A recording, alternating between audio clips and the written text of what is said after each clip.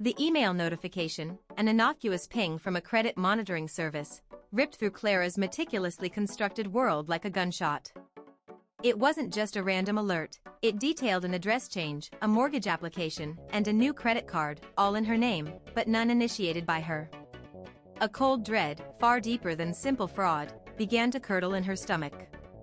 This felt intimate, a violation from someone who knew her too well.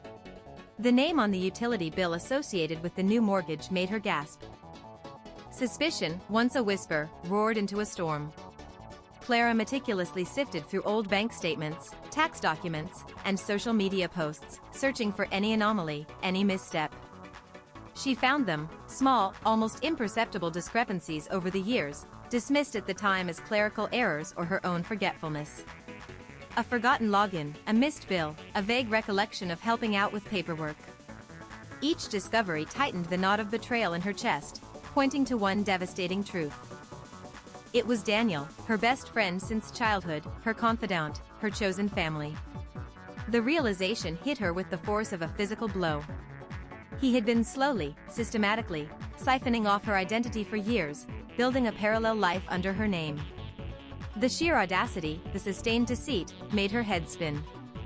How could the person she trusted most inflict such a wound? The pain was a living thing, a searing brand on her soul. Clara began a covert investigation, gathering irrefutable proof.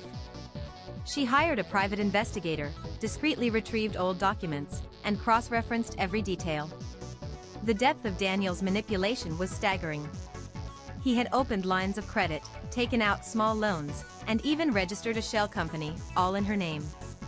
The total financial damage was crippling, but the emotional cost was immeasurable. Her heart hardened, a cold resolve taking root. Their next friendly coffee felt like a performance. Clara sat opposite Daniel, watching his familiar smiles, his easy laughter, every gesture now tinged with a grotesque irony. She held her composure, exchanging pleasantries, while inside, a storm of fury raged.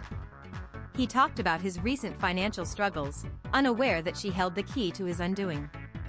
The bitter taste of his hypocrisy filled her mouth. The confrontation was not a scream, but a chillingly calm delivery of facts. Clara presented Daniel with a meticulously organized folder of evidence, bank statements, forged signatures, police reports.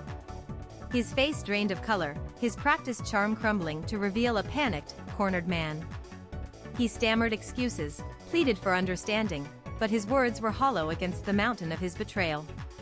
The silence that followed was deafening, punctuated only by his shallow breaths.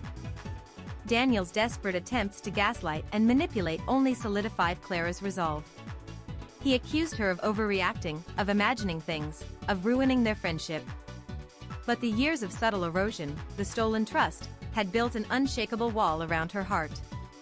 She refused to be swayed, watching him unravel, stripped of his lies. The pain of the past was being slowly replaced by a fierce sense of justice. The legal battle was protracted and draining, but Clara fought with unwavering determination.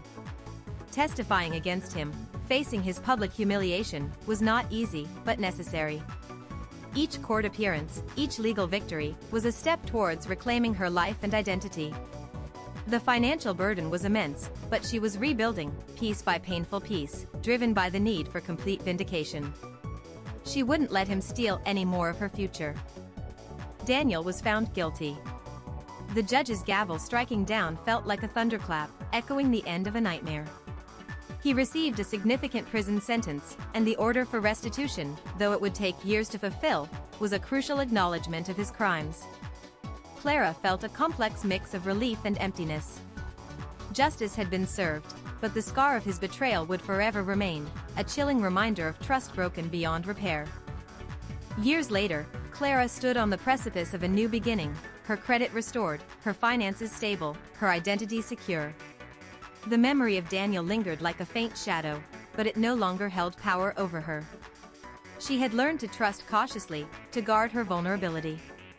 The betrayal had nearly destroyed her, but she had emerged stronger, wiser, and fiercely independent, a testament to her unbreakable spirit.